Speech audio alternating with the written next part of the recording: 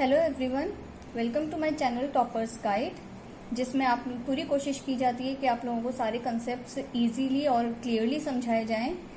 तो वीडियो शुरू करने से पहले मैं चाहती हूं कि अगर आप लोगों ने मेरा चैनल सब्सक्राइब नहीं किया है तो प्लीज़ इसे सब्सक्राइब कर लें, लाइक करें और अपने फ्रेंड्स के साथ शेयर करें ताकि वो लोग भी कंसेप्ट को ईजिली समझ पाएं। तो आज हम करेंगे रियल नंबर्स। रियल नंबर्स में सबसे पहले हमारा आता है डिविजिबिलिटी। तो डिविजिबिलिटी के लिए कुछ रूल्स होते हैं जो मैं आपको यहाँ पर समझाऊंगी, लेकिन यहाँ समझाने से पहले मैं एक एग्जाम्पल के थ्रू आपको ये पॉइंट क्लियर करना चाहूंगी। जैसे हम मान लेते हैं कि हमने एक नंबर लिया 12 और इसको हमने डिवाइड किया 3 से, तो यहाँ पर आ जाएगा 3 4 12 और रिमाइंडर हमारे पास आ गया 0। अब हम क्या करेंगे, हम इस 12 को मान लेते हैं कि 12 है हमारा B, 3 हो गया हमारा A और 4 हो गया हमारा C। हमने 12 को B मान लिया, 3 को A मान लिया और 4 को C मान लिया। अब अगर मैं आपको ये वाला पॉइंट पढ़ के बताऊंगी तो आपको A, B और C के रेफरेंस से ये पॉइंट ज्यादा अच्छे से क्लियर होगा। तो let us read what it is. A non zero integer A is said to divide an integer B। मतलब अगर आप 3 यहाँ पर A की जगह 3 लें और B की जगह 12 लें तो आपको अब ये कंसेप्ट पूरा क्लियर हो जाएगा। तो non zero integer A is said to divide an integer B if there exist an integer C। अगर एक C भी एग्जिस्ट करता है such that B is equal to AC। तो यहाँ पर आप देख सकते हैं B is equal to AC का मतलब है B हो गया हमारा 12 इज इक्वल टू A हो गया 3 मल्टीप्लाई C हो गया हमारा 4। तो ये कंडीशन हमारी फुलफिल हो रही है। तो such that B is equal to AC where B is called the dividend. आप देख सकते हैं B हमारा डिविडेंड है, A is called the divisor, C3 हमारा यहाँ डिवाइजर है and C is the question. तो अब इस एग्जाम्पल के थ्रू आपको A, B और C समझने में क्लियर हो जाएगा एंड ये पॉइंट अब आपको बिल्कुल क्लियर रहेगा कि B is equal to AC हमारा होता है। सेकेंड पॉइंट है if A divides B, if A divides B then we write A। इसको हम A डिवाइड्स B को हम इस तरह से लिखते हैं, A और फिर बीच में आपको एक लंबी लाइन बनानी है देन B, इस तरह से हम लिखते हैं। और इसको हम कैसे रीड करते हैं, A divides B and if B, अगर ये B हमारा A से डिवाइड होता है तो हम लिखते हैं A डिवाइड्स B, लेकिन अगर B A से डिवाइड नहीं होता है तो हम लिखते हैं A does not divide B। और A B को डिवाइड करता है का मतलब ये हो गया कि इसमें हमेशा ऐसे वाले कॉन्सेप्ट में आपका रिमाइंडर 0 ही रहना चाहिए। जैसे कि मैंने आपको इस एग्जांपल में बताया, यहाँ हमने 12 और 3 क्यों लिया है, क्योंकि हमारा 3 जो है वो 12 को डिवाइड करता है और रिमाइंडर हमारा 0 आता है, इसलिए मैंने आपको ये वाला एग्जाम्पल दिया है। लेकिन अगर हमारा यहाँ रिमाइंडर रह जाता, कोई हम नंबर ऐसा चूज करते कि हमें रिमाइंडर मिलता उसमें, तो हम यहाँ पर ये सारा नहीं इसको हम कवर अप कर सकते थे। इसलिए हमेशा हमें रिमाइंडर 0 ही चाहिए अगर हमें ये कंसेप्ट क्लियर करना है। तो डिविजिबिलिटी तभी होती है अगर रिमाइंडर 0 आ रहा है तो इसलिए A डिवाइड्स B का मतलब है कि रिमाइंडर आपका 0 होना चाहिए और अगर रिमाइंडर कुछ बच रहा है तो उसको हम लिखेंगे A does not divide B। अब हम पढ़ते हैं प्रॉपर्टीज ऑफ डिविजिबिलिटी। तो ये इसमें कुछ प्रॉपर्टीज हैं जो कि अगर मैं आपको ऐसे ही रीड करके बताऊंगी तो आपको बिल्कुल क्लियर नहीं होंगी, आप लोग सब कंफ्यूज हो जाएंगे। तो मैं आपको एग्जांपल्स के थ्रू ये एक प्रॉपर्टी आपको एग्जांपल्स के थ्रू ही समझाऊंगी। सबसे पहली प्रॉपर्टी आती है +-1 divides A for every non zero integer A। ये आप जानते हैं कि 1 हर एक नंबर को डिवाइड करता है। अब हम क्योंकि यहाँ पर इंटीजर्स की बात कर रहे हैं तो हम पॉजिटिव इंटीजर और नेगेटिव इंटीजर दोनों को ही लेकर चलेंगे। तो यहाँ पर हमारा +1 भी A को डिवाइड करता है और -1 भी हमारा A को डिवाइड करता है।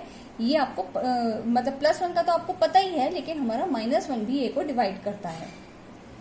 जैसे अगर मैं आपको यहाँ पर एग्जांपल दूं, A आप मान लें 2 और हम लेते हैं यहाँ पर -1। +1 से तो आपको पता ही है कि आ जाएगा, तो -1 से क्या आएगा, -1 को हम किससे मल्टीप्लाई करें, -2 से अगर मल्टीप्लाई करें तो हमको 2 मिल जाएगा। तो इसलिए हमारा यहाँ पर रिमाइंडर 0 आ गया और हमारा 2 -1 से भी डिवाइड हो रहा है। क्योंकि हम इंटीजर्स की बात कर रहे हैं तो हम यहाँ पर नेगेटिव भी ले सकते हैं। अब नेक्स्ट प्रॉपर्टी है a divides 0 for every non integer a. ये आपको पता ही है कि 0 हमारा हर एक इंटीजर से, हर एक नंबर से डिवाइड हो जाता है। जैसे 0 को अब अगर हम डिवाइड करें, कोई भी एग्जांपल ले लेते हैं, 3 ले लेते हैं, तो 3 0 0, तो हमारा 0 3 से डिवाइड हो रहा है क्योंकि हमारे पास रिमाइंडर 0 बच रहा है, इसलिए हम इसको भी लेकर चल सकते हैं। तो a हमारा नॉन जीरो इंटीजर, अगर हम यहाँ पर 3 लिया पॉजिटिव इंटीजर तो भी 0 आया, अगर आप यहाँ पर -3 ले लेंगे तो भी हमारे पास सेम कैलकुलेशन आएगी। तो हमारा a जो है चाहे पॉजिटिव हो या नेगेटिव हो, लेकिन हमेशा 0 को डिवाइड करेगा। नेक्स्ट प्रॉपर्टी है हमारी 0 does not divide any integer. ये तो हम वैसे भी जानते हैं 0 किसी भी नंबर को डिवाइड नहीं करता है, तो वही सेम प्रॉपर्टी हमारी डिविजिबिलिटी में भी आएगी कि 0 does not divide any integer. Next है, अगर ये कहते हैं कि a divides b, a divides b का मतलब है कि a भी हमारा पॉजिटिव है, b भी हमारा पॉजिटिव है, और अगर a b को डिवाइड करता है इसका मतलब है कि a b के नेगेटिव को भी डिवाइड करेगा। और इसका और क्या मतलब हो सकता है कि -a, अगर a हमारा नेगेटिव बन जाता है तो वो भी हमारा b को डिवाइड करेगा, और अगर ये दोनों ही हमारे नेगेटिव बन जाते हैं तो भी -a -b को डिवाइड करेगा। तो ये भी मैं आपको क्लियर कर देती हूँ एग्जांपल के थ्रू। सबसे पहले है हमारा a डिवाइड्स b, तो a और b के लिए हम अपना ये 3 और 12 को ही एग्जाम्पल लेकर चल लेते हैं तो आपको समझ में आ जाएगा।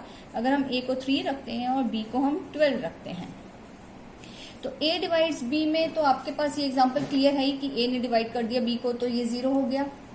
अब हम यहाँ पर हमारे पास क्या आया है, a डिवाइड्स -b। इसका मतलब कि a अगर हमारा 3 है और b हमारा -12 है, तो अब हम इसको भी डिवाइड करके देख लेते हैं। तो -12 को अगर हम 3 से डिवाइड करते हैं तो 3 × -4 इज इक्वल टू -12, और आपके पास 0 ये आ जाता है, तो मतलब कि a हमारा -b को भी डिवाइड कर सकता है। अब नेक्स्ट है -a डिवाइड्स b, मतलब कि a हो गया हमारा -3 और b हो गया हमारा 12। अब देख लेते हैं इसको भी, तो 12 को अगर हम डिवाइड करते हैं -3 से तो यहाँ -4 आ जाएगा, एंड -3 × -4 इज 12, और हमारे पास फिर से रिमाइंडर 0 आ गया। इसका मतलब कि -a डिवाइड्स b, ये भी हमारा एप्लीकेबल हो जाता है। नेक्स्ट है, अगर हम लेकर चलें -a डिवाइड्स -b, इसका मतलब है a हो गया हमारा -3 और b हो गया हमारा -12।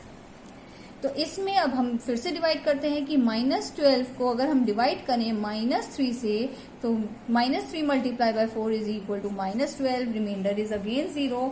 मतलब कि ये चारों कंडीशंस हमारी फुलफिल हो जाती है। अगर हमको सिर्फ एक चीज ये लोग देते हैं कि इफ a डिवाइड्स b, का मतलब हो गया a -b को भी डिवाइड करेगा। इनमें मतलब कोई भी चीज हमारी नेगेटिव हो जाती है तो वो हमारा एप्लीकेबल होगा, दैट विल बी ट्रू। अब नेक्स्ट है, इफ a डिवाइड्स b, अगर a b को डिवाइड करता है और b a को डिवाइड करता है, मतलब a b को डिवाइड कर रहा है और b a को डिवाइड कर रहा है, इसका मतलब a और b हमारे दोनों इक्वल हैं, लेकिन इंटीजर्स हैं तो इसलिए हम यहाँ प्लस माइनस लगाएंगे कि ये +b भी हो सकता है और ये -b भी हो सकता है। अगर दोनों नंबर एक दूसरे को डिवाइड कर रहे हैं मतलब दोनों नंबर हमारे इक्वल हैं, only the difference can be of the sign, कि a इक्वल टू +b भी हो सकता है और a इक्वल टू -b भी हो सकता है। Next, if a is a non zero integer, a हमारा नॉन जीरो इंटीजर है, and b and c are any 2 integers, b और c हमारे कोई भी 2 इंटीजर हैं, तब क्या होगा, तब a हमारा b को डिवाइड कर रहा है, a b को भी डिवाइड कर रहा है और a c को भी डिवाइड कर रहा है, तो मतलब क्या होगा कि हमारा a डिवाइड बाय a हमारा b ± c को भी डिवाइड करेगा। मतलब b और c, a तो दोनों जगह है ही हमारे पास, यहाँ पर b है यहाँ पर c है, तो हम b + c को भी ये डिवाइड करेगा और b - c को भी ये डिवाइड करेगा। दूसरा है कि a जो है हमारा, अगर हम इन दोनों को, फर्स्ट पॉइंट में हमने किया कि इन दोनों को ऐड भी कर दिया और सब्ट्रैक्ट भी कर दिया, नेक्स्ट पॉइंट में हमने इन दोनों को मल्टीप्लाई कर दिया है, तो a डिवाइड्स bc, ये जब हम इन दोनों को मल्टीप्लाई करेंगे तो भी a हमारा डिवाइड करेगा। दूसरा आएगा कि a divides bx for any integer x, मतलब कि आप b को किसी भी नंबर से मल्टीप्लाई अगर कर देते हैं तो हमारा a उस नंबर को भी मल्टीप्लाई करेगा। जैसे कि आप यहीं पर इसी को ले लेते हैं, a हमारा 3 था, b हमारा 12 था। अब x को हम मान लेते हैं, चलिए 2 मान लेते हैं, तो हमारा bx क्या हो गया, 12 2 ज़ा 24। अब आप देखिए 3 हमारा 24 को डिवाइड करता है, इसका मतलब a divides bx for any integer x। आप x की वैल्यू कुछ भी ले सकते हैं। उसके बाद नेक्स्ट प्रॉपर्टी हमारी आती है, if a and c are non zero integers, a और c हमारे कोई भी दो नॉन जीरो इंटीजर्स हैं और b और d हमारे कोई भी दो इंटीजर्स हैं, तब अगर हमारी ये कंडीशन है कि a divides b and c divides d, अगर हमें ये दोनों चीजें दे रखी हैं तो आप लेफ्ट हैंड साइड को मल्टीप्लाई कर दीजिए और राइट हैंड साइड को भी मल्टीप्लाई कर दीजिए, तो क्या आता है हमारे पास कि ac डिवाइड्स bd, इससे हमको ये मिलता है। और दूसरी चीज है कि AC डिवाइड्स BC इम्प्लाइज कि यहाँ पर दोनों जगह आपके पास C कॉमन है, तो यहाँ C से C आपका कैंसिल हो जाएगा, तो बचा क्या, A डिवाइड्स B। तो अगर आपको AC डिवाइड्स BC देते हैं तो इसका मतलब है कि A डिवाइड्स B। तो इस तरह से अगर आपको प्रॉपर्टीज ऑफ डिविजिबिलिटी क्लियर हो जाती हैं तो आपको आगे के चैप्टर में जो क्वेश्चंस आएंगे उनको समझने में और करने में बहुत इजी रहेगा। स्टिल अगर आप लोगों को किसी भी प्रॉपर्टी में कोई कंफ्यूजन अगर है तो आप मुझसे कमेंट बॉक्स में पूछ सकते हैं and I will definitely answer your question. And please share the video with your friends also. और कोई भी अगर आपके पास कोई प्रॉब्लम है या कोई क्वेश्चन आपके पास है जो आप मुझसे समझना चाहते हैं तो आप कमेंट बॉक्स में मुझसे पूछ सकते हैं। I definitely answer it. Thank you.